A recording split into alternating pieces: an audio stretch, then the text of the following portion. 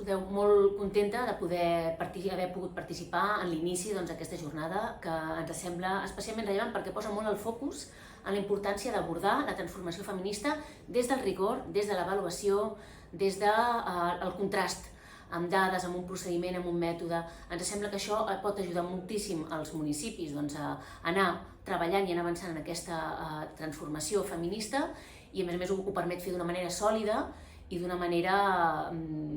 robusta. Per tant, ens sembla que la transformació feminista és una qüestió que ens interpel·la a totes i a tots, des dels àmbits institucionals, avui s'ha pogut veure, des de diferents perspectives institucionals, però també des dels moviments socials, també des de la societat civil, i per tant,